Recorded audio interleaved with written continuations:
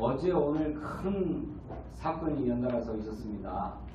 하나는 더불어민주당의 추미애 대표가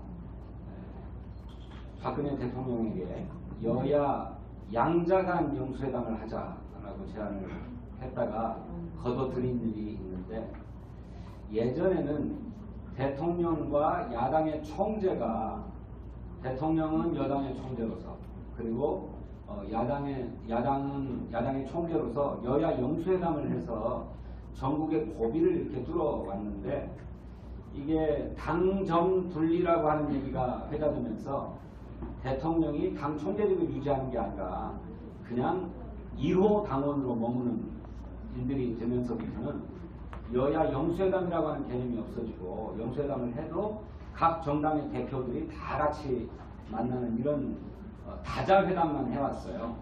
근데 박근혜 대통령도 한 번도 이렇게 양자회담을 수용한 적이 없었는데, 워낙에 본인이 다급한 상황이 되니까 추미애 대표와 단둘이 만나는 양자회담을 수용했습니다만, 그것이 우리 국민들한테 또 당 내에서 수용되지 못하고 결국 철회하게 되었습니다.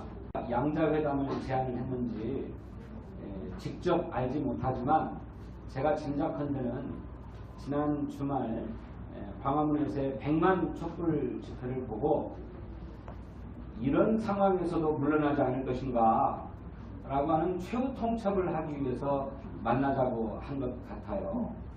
그런데 혹여 두 사람이 무슨 밀실에서 거래를 하고 무슨 야합을 하지 않을까 라고 하는 우려가 올라오면서 결국 그 진의가 제대로 전달되지 못해서 결국 철회하게 되었습니다.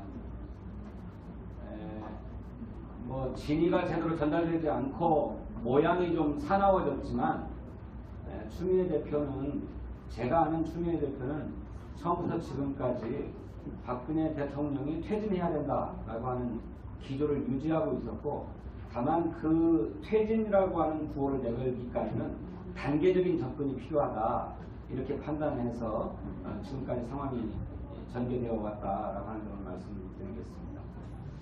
이로써 더불어민주당은 기왕에 국정에서 손을 떼라 라고 하는 이런 추상적인 요구에서 이제 박근혜 대통령이 물러나라, 퇴진해라, 하야해라 라고 하는 요구로 보다 선명하게 진해도하게 되었다라고 하는 보고의 말씀을 드리고요. 마침 그런 계제에 오늘 오후에 문재인 전 대표가 기자회견을 통해서 마찬가지로 무조건적인 퇴진을 요구했습니다.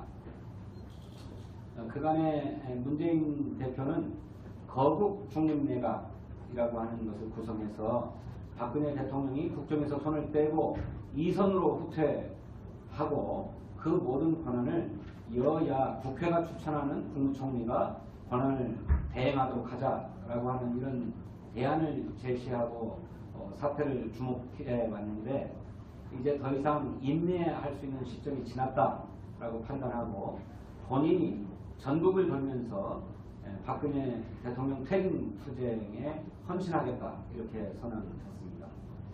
이로써 이제 모든 야권은 박근혜 대통령의 즉각 퇴진으로 뜻을 모으게 되었고, 이제 단일한 전선에서 싸우게 되었는데, 오늘 청와대의 입장을 보면 박근혜 대통령은 하야할 생각이 없다는 것입니다.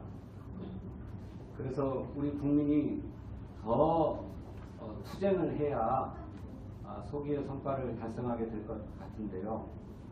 전 세계적으로 대통령이 또는 무슨 국왕이 물러나게 되는 데에는 두 가지 조건이 있었습니다. 하나는 온 국민이 떨쳐 일어나서 대통령 궁을 또는 궁궐을 포위하고 점령하고 접수했을 때였습니다. 그야말로 혁명입니다. 이 혁명을 막기 위해서 제3세계의 많은 후진 국가들은 군인까지 동원해가지고 대통령을 방어하려고 했는데, 국민이 노도와 같이 일어서니까 나중에는 군인들이 무장해제돼 버리거나 아니면 군인들이 국민 편에 서서 총을 거꾸로 들게 되는 상황이 오게 됐죠. 그런 지경에 이르러서야 대통령이나 통치자가, 독재자가 항복선언을 했습니다. 또 다른 경우는 탄핵이 임박했을 때입니다.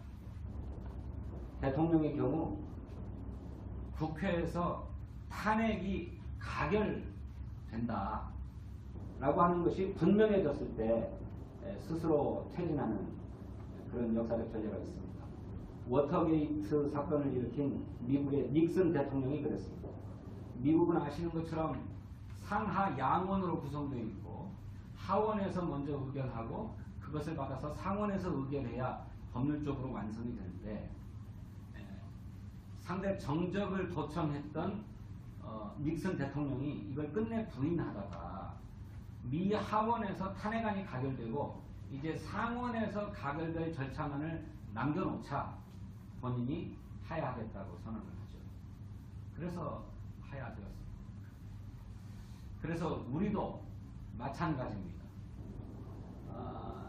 박근혜 대통령이 스스로 퇴진하도록 하야하도록 국민들이 투쟁하겠지만 그것은 국민의 투쟁만으로 되지 않는 상황이 오게 되면 결국 국회에서 탄핵 소추안을 의결하는 수밖에 없다고 생각합니다.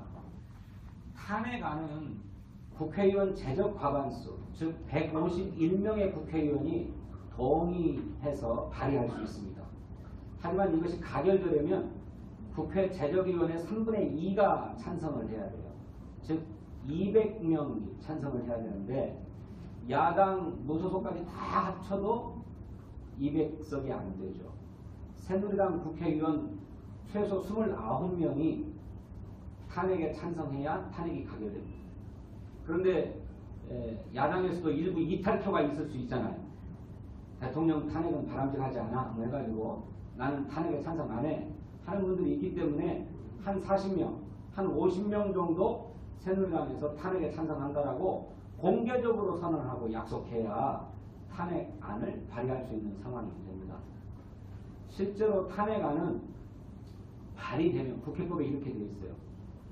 발의하면 국회 본회의에 보고하는데 보고하고 나면 국회 본회의에서 의결을 하는데 이 탄핵 소추안이 발의안이 적절한지를 법제사법위원회에서 조사해라 라고 법제사법위원회에 넘길 수 있습니다.